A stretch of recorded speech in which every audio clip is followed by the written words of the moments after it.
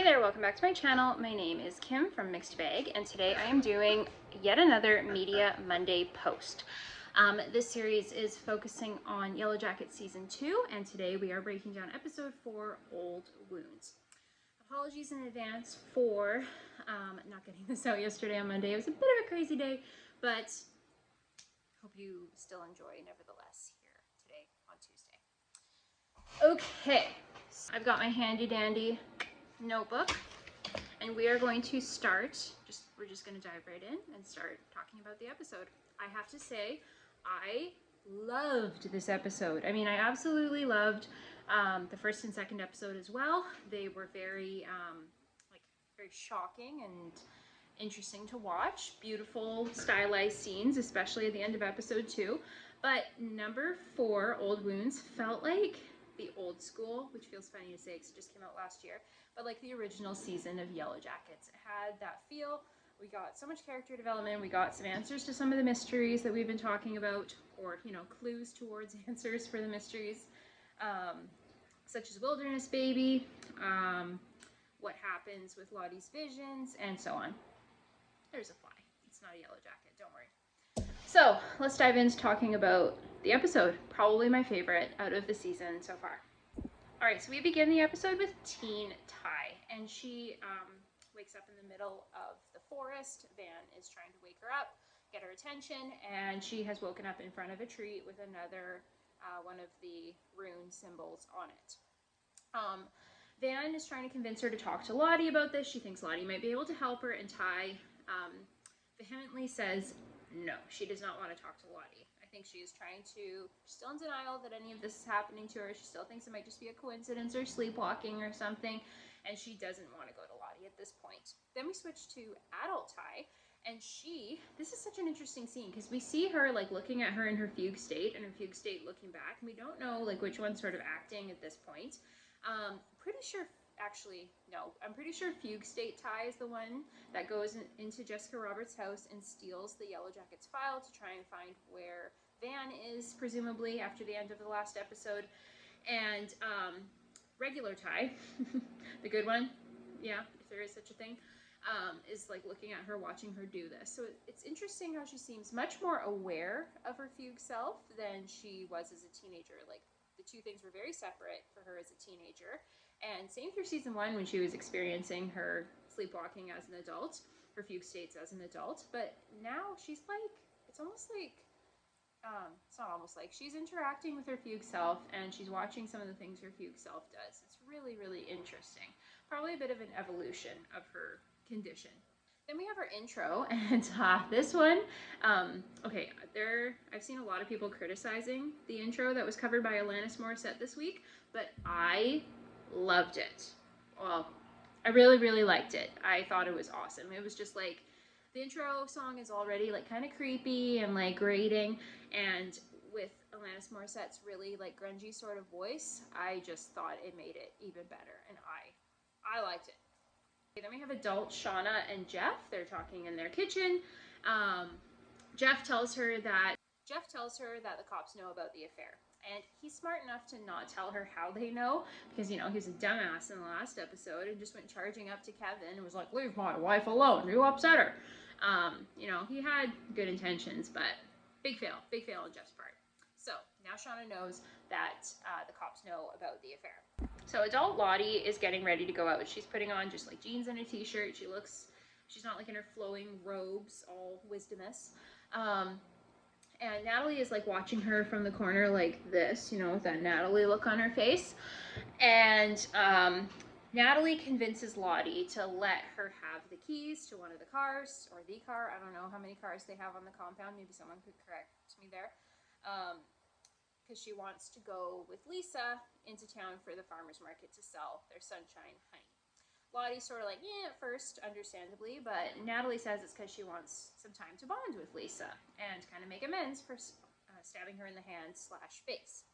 So Lottie agrees, and they head out.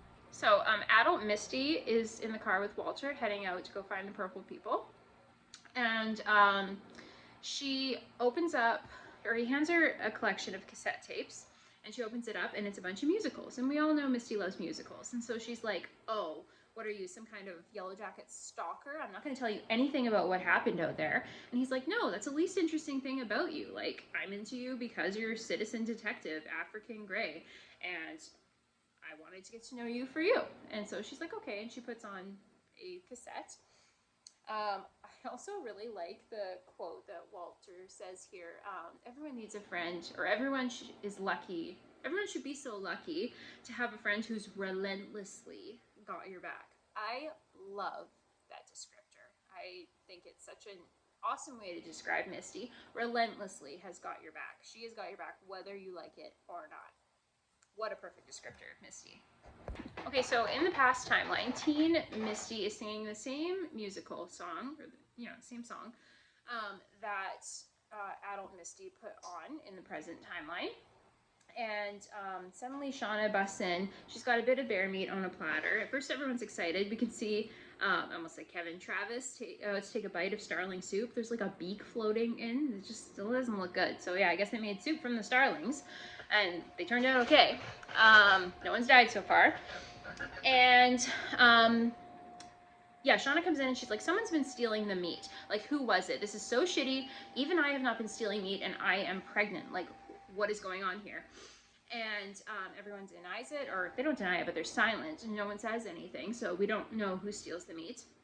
And Mari's like, I bet it was him, and makes a pointed comment about Ben. He thinks he's so much better than us. And Ben's like, I didn't take it, but you know what? If I did, what would you have done? Would you eat me? Love that line. Mari looks like she's about to, eat him right then and there.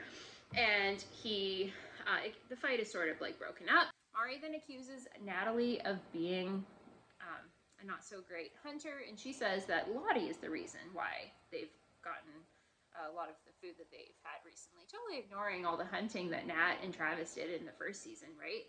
All the deer that they caught or killed, whatever. Because I guess, Lottie's the one who stabbed the bear. She thinks that Lottie was responsible for the starling. Nat then suggests a contest between the two.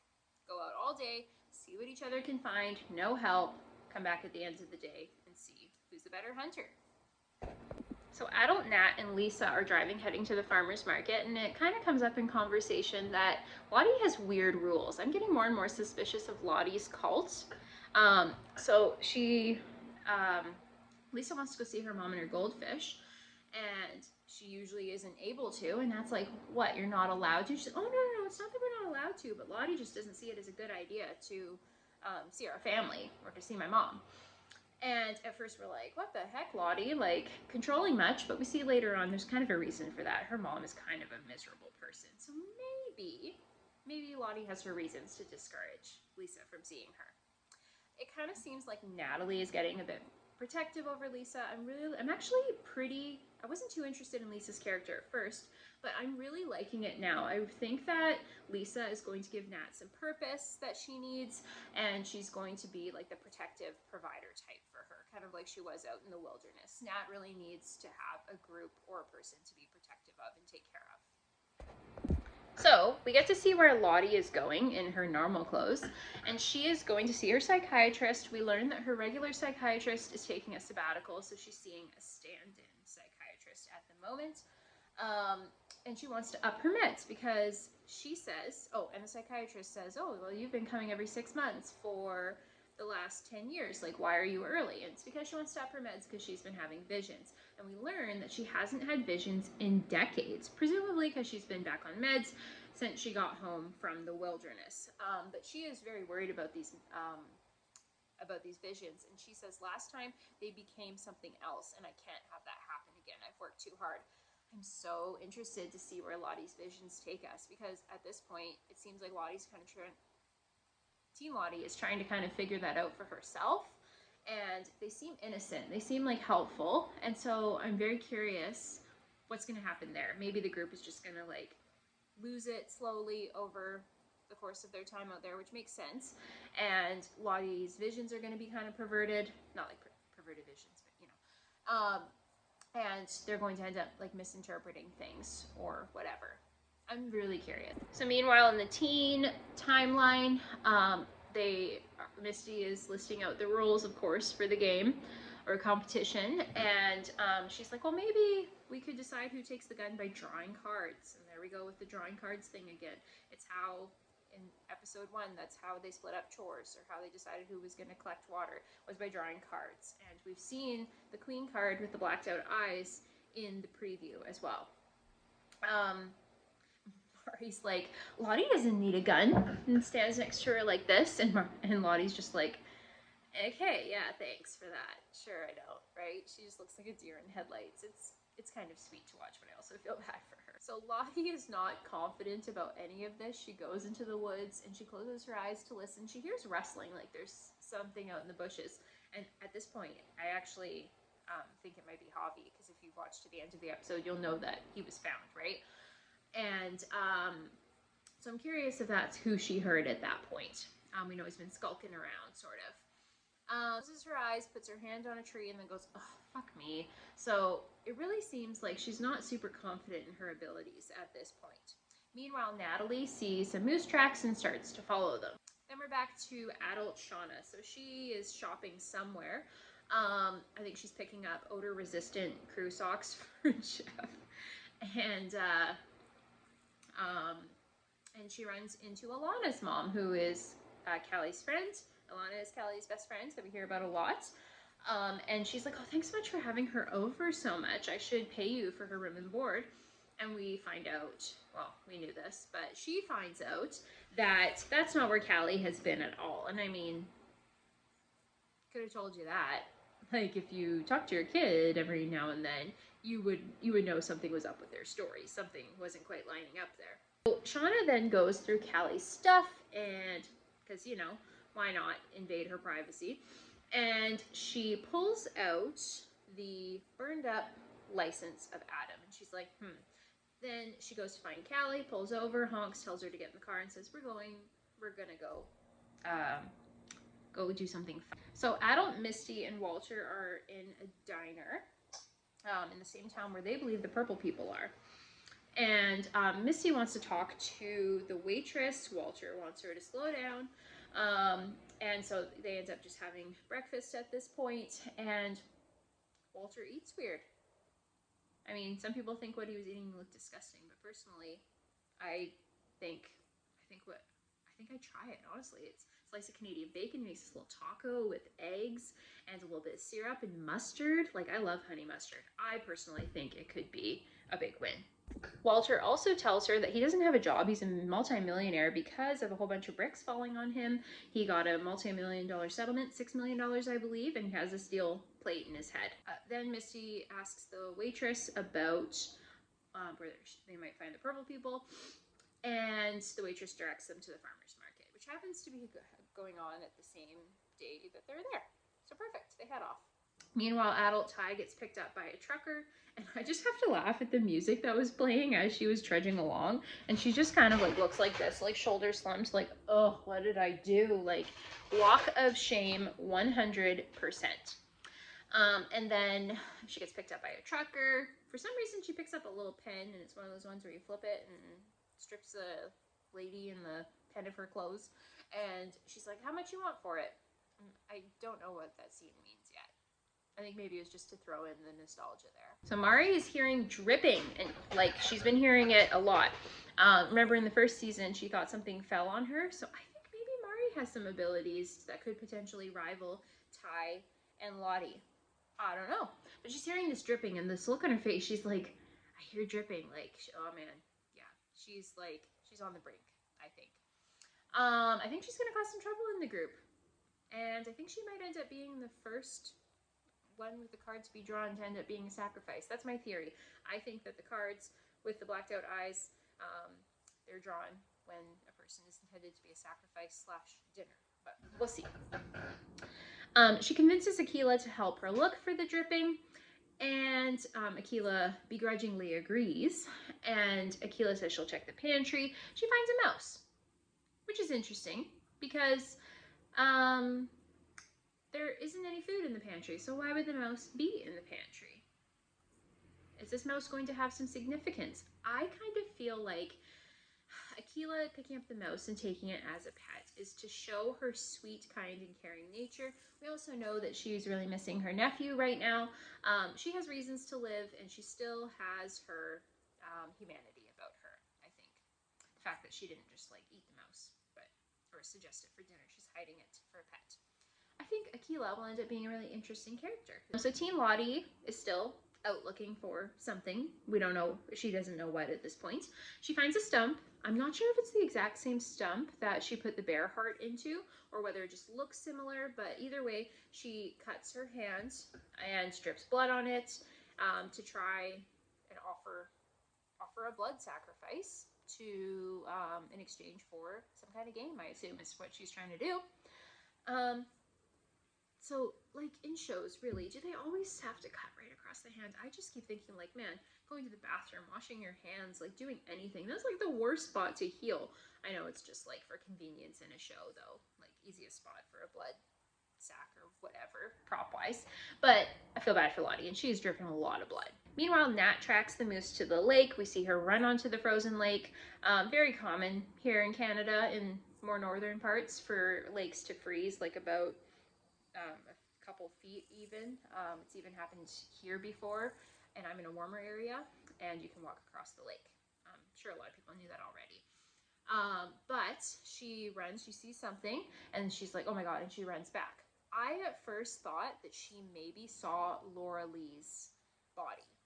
I don't know what led me to think that. I know she died in an explosion, but I thought maybe she saw some part of Laura Lee's remains. Adult Nat and Lisa make it to Lisa's mom's house, and this is super convenient too, because if they hadn't gone to her house, they'd be at the farmer's market, and Misty and Walter would have found her, and that would have been the end of that plot line. But luckily they haven't shown up for the farmer's market.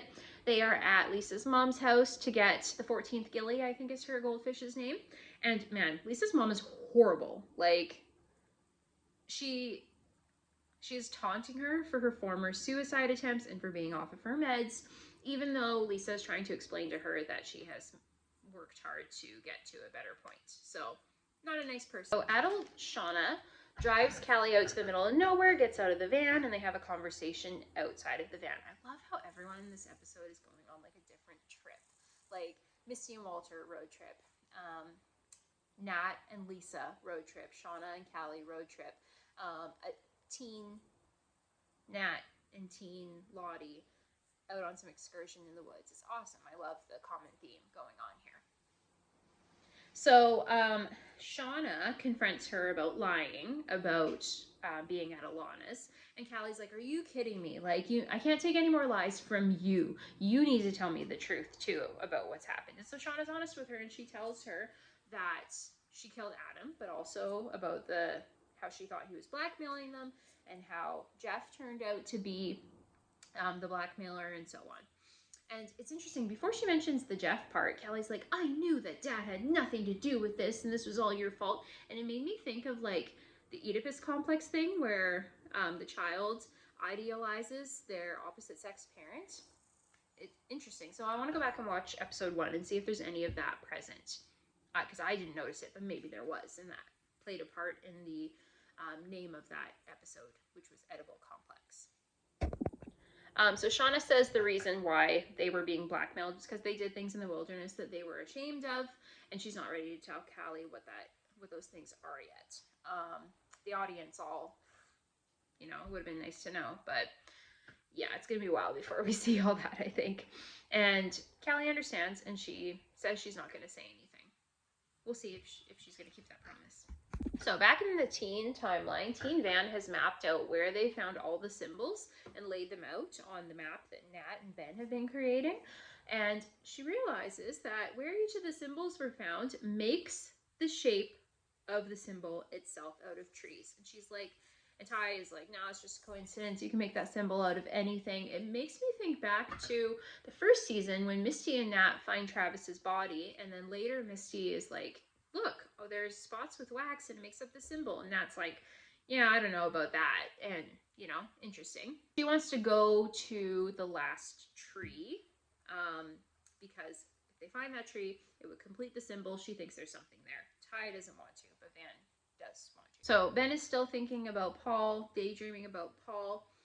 Paul is talking about his history with men. I bet you Ben wouldn't mind Paul buying him a day-old bagel at this point. Paul says that those men were his past, Ben is his future, and that's all we see of Paul and Ben in this episode. So Lisa's mother is still trying to convince Lisa to leave the compound. Nat jumps in to defend her because she says some really horrific things. She's like, no, you can't take your fish because you're going to kill it when you split your arteries open. Like, my gosh. Who talks to their kid like that? I was cringing listening to that. I just couldn't imagine speaking to my child like that when they're in such a vulnerable place. So Nat jumps in, defends her. Lisa gets upset with her and sends her out to the car. Nat goes out to the car. And Lisa's like, I know that you're just trying to help. Nat spits out the fish into a water bottle. She's like, here's your fucking fish. And yeah, pretty funny. So Adult, Misty, and Walter go to the market, and of course the honey people are not there. We know why. They're busy with their fish smuggling side business. But they decide to stay in a B&B, and then the next day they're going to head out to the compound and see what's going on. They get directions to the compound from another vendor at the farmer's market. Teen Nat comes running in to get help with the moose, and Mari is just being ridiculous. Like, everyone else jumps up to help. Because yeah, it turns out that there is a moose frozen in the water, or frozen under the ice. It is not Laura Lee like I thought, or Leonard, or anything like that. It's a moose. And she's like, this could feed us till spring if we can get it out. Everyone jumps up to help. Mari is like, no one is supposed to help you. Ridiculous. And everyone tells her that. Mari and Akila are the only ones, and Ben, who stay back. Obviously, Ben can't really help, but everyone else goes to help get the moose out of the frozen lake. So Teen Lottie is still in the woods, and she comes across Laura Lee, or the plane that Laura Lee flew and died in season 1. She goes up to it, and she sees Leonard and also Laura Lee's cross necklace. She opens up what looks like a hatch in the plane, goes down into a bunker, and then she's in a shopping mall. So she goes into TJ Maxx and does a little browsing, kind of a reference to season 1, if you remember her TJ Maxx related hobby. She's still pretty... It's all those TJ bucks. That must have been how she had the money to open the compound. But she goes down into the food court, and she sees the group. Everyone is there. Everyone is dressed nicely, and Laura Lee is there, which is so nice to see her again. She offers some food, some Chinese food to Lottie, and then she looks at Lottie and she's like, we need to get you out of here. You're gonna freeze to death. And so she pushes her out of the vision, and Lottie lands backwards into the snow. This whole sequence reminds me so much of Jackie's death sequence. When she comes in to the cabin, they offer her hot chocolate, and she's warming up, and then we realize that it's not real. A little bit of a nod to that, I think, when they created that scene. So meanwhile, the rest of the teens are trying to get the moose out of the water or the ice. They have chipped a hole in the ice, and they have ropes tied around the antlers, and they're trying to pull it out. Unfortunately, Misty slips, and someone else slips after, and the moose goes in. Nat dunks her head in to try and dive in after it, and she's pulled out. We see the moose like sinking slowly, and this is so interesting because a white moose is a symbol of good luck. It's a symbol of, like, they are sacred in indigenous cultures. And so to me, I've seen it floating around that it's a symbol of their luck running out. They've been pretty lucky to have food up to this point. So now something else is going to happen. Travis pulls her back, and he's like, let it go, it's gone. And this reminds me a lot of last episode when Nat grabs Travis, and she's like, you need to let Javi go, he's gone. So interesting that that's been subverted there. So Adult Nat is in a bar with Lisa. They're talking about how Lisa is worried about killing the fish. Nat encourages her, and then she goes and pushes her shot away. And this is super significant because she always said that the drinking, sex, and the drugs were because she had lost her purpose after leaving the woods. And so, like I said, I think her purpose is to take care of someone. So she is probably going to be finding her place in this cult, in my opinion. Walter and Misty are at the B&B and they book under the names John Lang and Lady Malouin.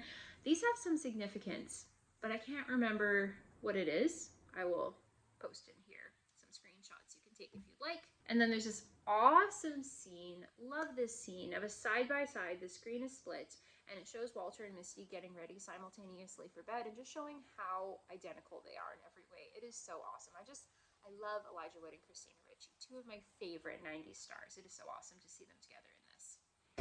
So adult Shauna and Jeff are at home, and Jeff says he's talking about how he's not quite over the affair still. Shauna's pretty understanding of that, of course. She then tells him that she told Callie about the murder, and he's like, what the fuck, Shauna? This is our only child. Mind blown. Only child, so he doesn't know about Wilderness Baby. So curious about what's going to happen to Wilderness Baby now. Callie walks in, and actually she seems good. And this whole sequence reminds me a lot of the show Santa Clarita Diet, how the daughter is pissed about the lying and sneaking around, but once they're honest with her, she's on board, and she's a great character after that. So I'm not sure if it's really a nod to that, but of course the daughter on Santa Clarita Diet is played by Liv Hewson, who plays Van in Yellowjackets. So interesting. So Teen Nat is in the bath warming up when they bring Lottie in, and she was passed out in the snow. She was found by Mari and Akila, and they found her by following a trail of blood. So I think maybe she lost a lot of blood, but also she was very cold. I think that you can see there's the beginnings of frostbite on her face. I really feel like that dream sequence of her in the mall, I feel like she was very close to death at that point. Considering it's so similar to Jackie's dream death sequence, I feel like Lottie almost died at that point if she hadn't been found by Akila and Mari. Nat apologizes for even suggesting the whole thing. They have this fun little exchange. Nat calls her a little bitch, and Lottie calls her a fucking loser. It's awesome. So adult Lottie is looking through gratitude post-its from her acolytes, I could say. And she's reading through them, and then she envisions one of the postcards turning into the Queen of Hearts card with the eyes blacked out. So I feel like the eyes are blacked out because of the man with no eyes, perhaps. Maybe that influenced that. Maybe Ty shares what she sees. Or maybe it's just they took the queen card and blacked out the eyes to represent that that's the person who's been marked for death. That's my opinion. Lottie then goes to a stump. She cuts her hand and she drips blood, and she says, "Can this please be enough this time?" So Lottie, later on in the teen timeline, must be the one who she must hear something that makes her think that she needs to, or that the group needs to offer more of a blood sacrifice or some kind of sacrifice. It's so interesting. So Pit Girl is not only food, but some sort of sacrifice as well. I can't wait to find out more. So Teen, Ty, and Van. Ty agrees to go with Van to the point that she's mapped out. Sure enough, symbol on a tree. They find the mossy tree that's slightly thawed. Some people think this is because of an underground bunker, or they find Javi. And he tries to run away from them, and he's terrified of them. And they're like, "Hey, it's us." I feel like maybe he was sitting on by that tree or something, so maybe that's why it's kind of thawed. I don't know. I don't like the bunker theory, honestly. I feel like it's a little too far-fetched, but I guess we'll find out. Perhaps there's a mine in that area, and that's why the compasses went crazy and why the river went red and stuff from pollution. Who knows? Because that did happen in Russia. A river went red with pollution. So adult Nat is smoking at the compound while Lisa shows off her fish, and she's just kind of watching, almost like a proud mother. So nice to see Natalie experience a little bit of happiness.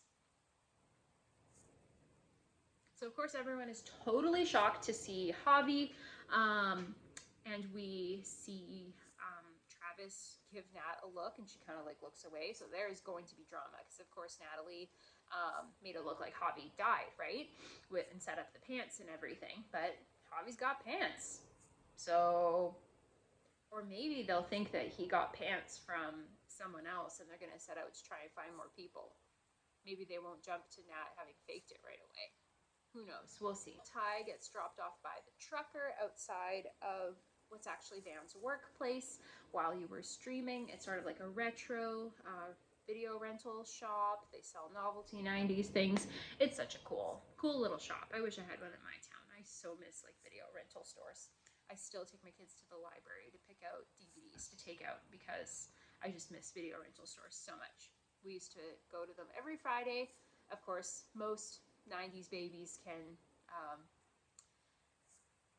resonate with that too. So Ty walks in and we get our first glimpse of adult Van. I'm so excited. Van is one of my favorite characters, and the actress playing her, I've been such a huge fan of Lauren Ambrose ever since watching 6 Feet Under. It's so odd seeing her now as like a 40-year-old woman rather than, 16, 17-year-old rebellious Claire, but I do think that Lauren Ambrose is absolutely perfect for the role. So, to conclude, man, what an episode. I am so excited to see how Natalie and Lisa's relationship is going to develop. I am so excited to see more of adult Van. I want to know what's going on with the Queen of Hearts card and why the eyes are blacked out. And there was something else I was really excited about. I want to see the fallout between Travis and Nat. I kind of feel like he's going to break up with her again, because this isn't the first time she's lied to him. Like, she lied about hooking up with the guy that used to bully him and call him Flex. And when Jackie told him that, he was really upset and didn't talk to her for a long time. So I don't think he's going to be very happy. He's not appreciating being lied to. So curious about Shauna and Jeff's conversation about having one kid, because the camera also went to Shauna and she had kind of a look, and it sort of looks like she's lying. So I want to know what happens to Wilderness Baby. Anyways, till next time, we have an episode coming up this Thursday night, so in 2 days, so very excited to watch that. And then there's a week off. The show is not playing the following week. And then we have 4 more episodes. I can't believe we're already almost halfway through the season. It has been amazing. Anyways, thanks so much for watching. Please feel free to drop your theories or comments in the comment section below, and subscribe if you'd like. And I'll see you in the next video.